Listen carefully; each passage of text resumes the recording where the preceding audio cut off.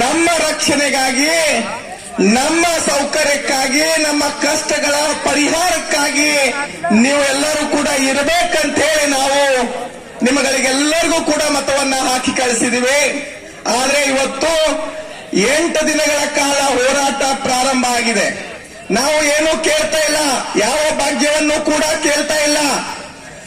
ರೈತರು ಕಷ್ಟಪಟ್ಟು ಬೆಳೆದಿರುವಂತ ಕಬ್ಬಿಗೆ ನೀವೆಲ್ಲ ಬೆಳೆಗಳಿಗೂ ಕೂಡ ಬೆಂಬಲ ಬೆಲೆಯನ್ನ ಕೊಡ್ತೀರಿ, ಬೇರೆ ಬೇರೆ ಕಾರಣಗಳಿಗೆ ಪರಿಹಾರಗಳನ್ನ ಕೊಡ್ತೀರಿ, ಸರ್ಕಾರದಿಂದ ಅನುದಾನವನ್ನ ಕೊಡ್ತೀರಿ.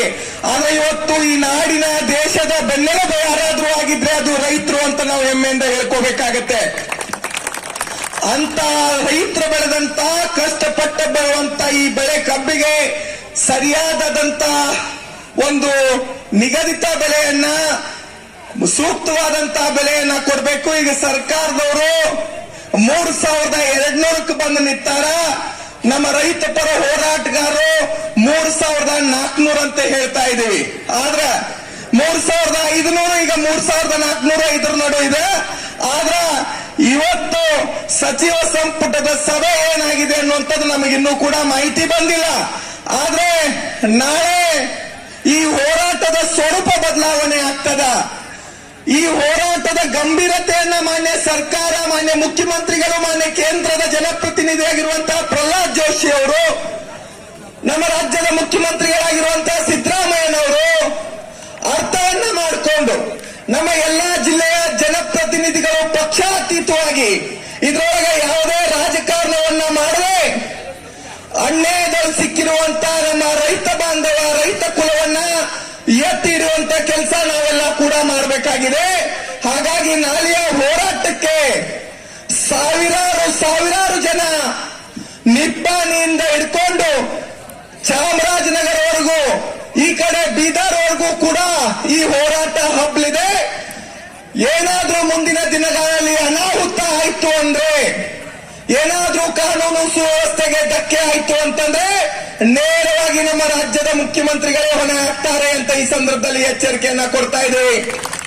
ನಿನ್ನೆನೂ ಕೂಡ ಕರ್ನಾಟಕ ರಕ್ಷಣಾ ವೇದಿಕೆ ಬೆಳಗಾವಿಯ ಜಿಲ್ಲಾ ಘಟಕದ ವತಿಯಿಂದ ಈ ರೈತ ಪರ ಹೋರಾಟವನ್ನ ಬೆಂಬಲಿಸಿ, ಬರೀ ಇಲ್ಲಿ ಈ ಭಾಗದೊಳಗೆ ಅಷ್ಟೇ ಆಗಬಾರ್ದು, ಬೆಳಗಾವಿ ನಗರದಲ್ಲೂ ಕೂಡ ಆಗ್ಬೇಕಂತ ಹೇಳಿ ಉತ್ತರ ಕರ್ನಾಟಕದ ಸಂಪರ್ಕ ಶಕ್ತಿ ಕೇಂದ್ರ ಆಗಿರುವಂತಹ ಸುವರ್ಣಸೌಧ ಮುಂದೆ ಹೆದ್ದಾರಿ ತಡೆಯುವುದ್ರ ಮುಖಾಂತರವಾಗಿ ಈ ಪ್ರತಿಭಟನೆಗೆ ಬೆಂಬಲವನ್ನ ಕೊಟ್ಟಿದ್ದೇವೆ.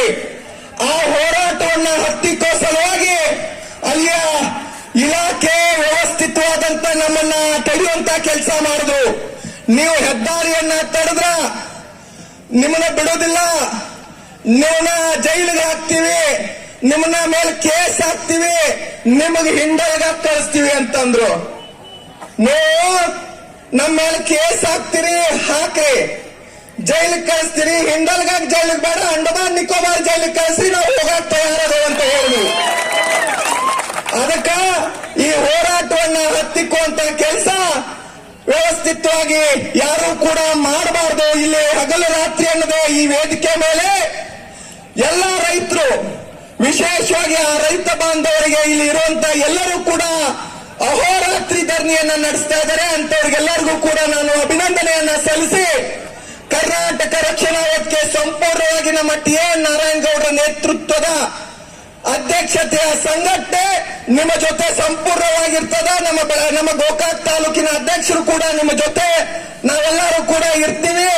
ನೀವು ಯಾವುದೇ ಕರೆ ಕೊಟ್ಟರು ಕೂಡ, ನೀವು ಯಾವುದೇ ಹೋರಾಟಕ್ಕೆ ಕೊಟ್ಟರು ಕೂಡ, ನೀವು ಯಾವುದೇ ಜವಾಬ್ದಾರಿಯನ್ನು ಕೊಟ್ಟರು ಕೂಡ ಕರ್ನಾಟಕ ರಕ್ಷಣಾ ವೇದಿಕೆ ಪ್ರಾಮಾಣಿಕವಾಗಿ ಅದನ್ನ ನಾವು ನಿಭಾಯಿಸ್ತೀವಿ ಅಂತ ಹೇಳಿ, ನಾವು ಬರೀ ಮಾತಾಡಂಗಿಲ್ಲ, ನಾವು ಬರೀ ಮಾತಾಡಿ ಹೋಗೋರಲ್ಲ.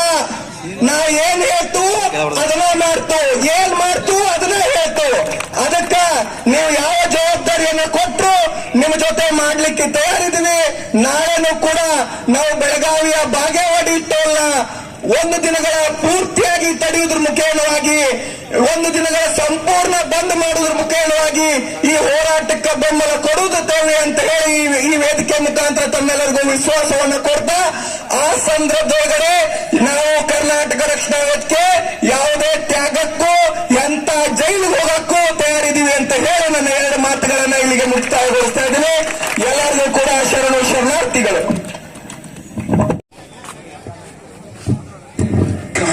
ಕ್ರಾಂತಿಕಾರಿ ಹೋರಾಟಕ್ಕೆ ಕರ್ನಾಟಕ ರಕ್ಷಣಾ ವೇದಿಕೆ ಅವರು ನಮಗೆ ಬೆಂಬಲ ಕೊಟ್ಟಿದ್ದಾರೆ. ಸದಾ ನಿಮ್ ಜೊತೆ ಇದ್ದೇವೆ. ನಾವೆಲ್ಲರೂ ರೈತರ ಮಕ್ಕಳಂತ ಏಕೆಸಿಂದ ಅವರು ಇವತ್ತು ಬೆಂಬಲ ಕೊಟ್ಟ ಮುಂದೆ ಯಾವುದೇ ಕಾರಣಕ್ಕೂ ನಾವು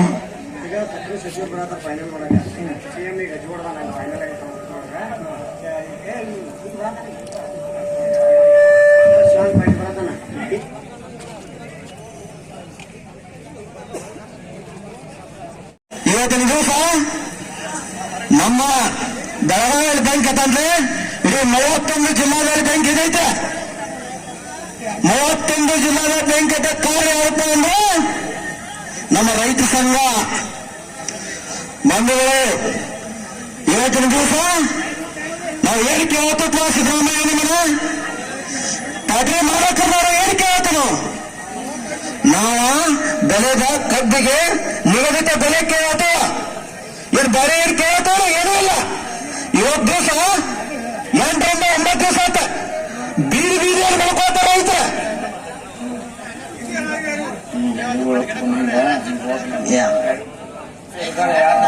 ಬಂಧುಗಳೇ, ಈಗ ನಾವು ಏನ್ ಮಾಡ್ಬೇಕು ಅಂದ್ರೆ ಪಕ್ಷ ಜಾತಿ ಮತ ಭೇದ ಅವನೇ ಎಲ್ಲ ಬಿಟ್ಟ ನಾವು ಒಗ್ಗಟ್ಟು ಪ್ರದರ್ಶನ ಮಾಡ್ಬೇಕು. ಪ್ರತಿಯೊಬ್ರು ಒಗ್ಗಟ್ಟು ಪ್ರದರ್ಶನ ಮಾಡ್ಬೇಕು. 84 ಲಕ್ಷ ಜೀವರಾಶಿಗಳು, 84 ಲಕ್ಷ ಜೀವರಾಶಿಗೆ ಅನ್ನ ಹಾಕೋರು ಯಾರಪ್ಪ ಅಂದ್ರೆ ರೈತ. ಬಂಧುಗಳೇ, 10 ಸಂಘಟನೆಗಳು ಬಂದ ನಮ್ಮ ರೈತರಿಗೆ ಬೆಂಬಲ ಸೂಚಿಸಿದಾರ. ಇವತ್ತ ರಕ್ಷಣಾ ವೇದಿಕೆ ಬೆಳಗಾವಿ ಜಿಲ್ಲೆಯಿಂದ ಕೂಡ ಬೆಂಬಲ ಸೂಚಿಸಿದ್ದಾರೆ. ಅವರಿಗೆ ನಮ್ಮ ಎಲ್ಲ ರೈತರ ಪರವಾಗಿ ಅಭಿನಂದಿಸುತ್ತೇನೆ. ಅನ್ನದಾನ ಕೊಟ್ಟಂತ ಶ್ರವಣಿ ಜ್ಯುವೆಲರ್ಸ್ ಬಂಗಾರಂಗವರು 1 ಕ್ವಿಂಟಲ್ ಅಕ್ಕಿ ಕೊಟ್ಟಿದ್ದಾರೆ. ಅವ್ರ ಚಪ್ಪಾಳೆ ಮುಖಾಂತರ ಎಲ್ಲರೂ ಸ್ವಾಗತ ಕೇಳ್ತೀನಿ. ದಯವಿಟ್ಟು ಈಗ ಎಲ್ಲರೂ ರೆಡಿ ಆಗಿರ್ರಿ. ಈಗ ನಾವು ಪಾದಯಾತ್ರೆ ಮುಖಾಂತರ ಸಕ್ಕರೆ ಚುರು ಸಚಿವ ಬರ್ತಿದ್ದ ಅಂತ ಈ ಡಿಪಾರ್ಟ್ಮೆಂಟ್ ನಮ್ಗೆ ಏನು ಸುದ್ದಿ ಕೊಡ್ತಾರೆ ನೋಡಲಿ. ಇಲ್ಲಿ DC ಬರ್ತಾನಂದ್ರೆ ಹಣ್ಣನ್ನು ಇಲ್ಲ ನಡ್ಕೋತ ನಾವು ಹೋಗೋಣ. ಅದು ಮುಂದೆ ನಮ್ಮ ಗಾಡಿ ಮೊಸರು ಗಾಡಿ ಬರಕ್ ಹೇಳಿದನು. ಗಾಡಿ ಬರ್ತಾವೆ ಅಲ್ಲಿಂದ ನಮ್ಮ ಗಾಡಿಗೆ ಹೋಗೋಣ. ಅದಕ್ಕಾಗಿ ಎಲ್ಲರೂ ರೆಡಿ ಇರ್ರಿ, ಯಾರು ಹೋಗ್ಬಾರ್ರಿ.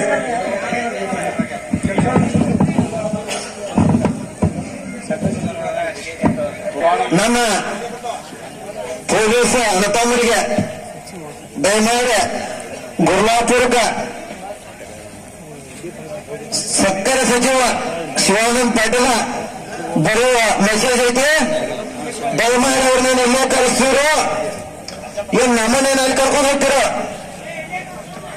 ದಯಮಾಡಿ ನಿಮ್ಮ ಕೈ ಮುಗಿದು ಕೇಳ್ಕೊತ ತಾಳ್ಮೆ ಭಾಳ ನಿರೀಕ್ಷೆ ಮಾಡಬೇಡ್ರಿ. ಈ ಮಾತು ಯಾಕೆ ಹೇಳ್ತೀನಪ್ಪ ಅಂದ್ರೆ ನೀವು ಕೂಡ ರೈತನ ಮಕ್ಕಳೇ, ನೀವು ಕೂಡ ರೈತರೇ. ಯಾರು ಕೂಡ ರಾಜಕಾರಣ ಇಲ್ಲ ಇದ್ರಾಗ ಬಂಧುಗಳೇ. ಅದಕ್ಕೆ ಈಗ ಕೈ ಮುಗಿದು ಕೇಳ್ಕೊತೇನೆ. ಶಿವಾನಂದ ಪಾಟೀಲ ಸಕ್ಕರೆ ಸಚಿವ ಗುರ್ಲಾಪುರ ಕ್ರಾಸಿಗೆ ಬರೋ ಮೆಸೇಜ್ ಐತೆ. ಇಲ್ಲಂದ್ರೆ ನಮ್ಮನ್ನ ಬೇಕಾದ್ರೆ ಹೋಗಾಕಲ್ಲಿ ಬೇಡ್ರಿ. ಏನಪ್ಪ ಇಲ್ಲೇ ಕರೆಸ್ನಂದ್ರೆ ಇಲ್ಲಿ ಕರೆಸ್ನ ನಮ್ ಬಂದ್ ಸ್ಟೇಜ್ ಮ್ಯಾಗ ಹೇಳ್ಬೇಕು. ಇಲ್ಲಿ ಬಂದು ನಮಗೆ ಏನೋ ಹೇಳ್ಬೇಕ. 10 ಸಂಘಟನೆಗಳು ಬಂದ ನಮ್ಮ ರೈತರಿಗೆ ಬೆಂಬಲ ಸೂಚಿಸಿದಾರ. ಇವತ್ತ ರೈತನ ಸೀನ್ ತಗೋತೀರ.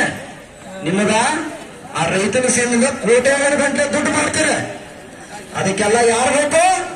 ನೀವು ಯಾರು ಮಾತಾಡತಕ್ಕ ಬಂಧುಗಳೇ.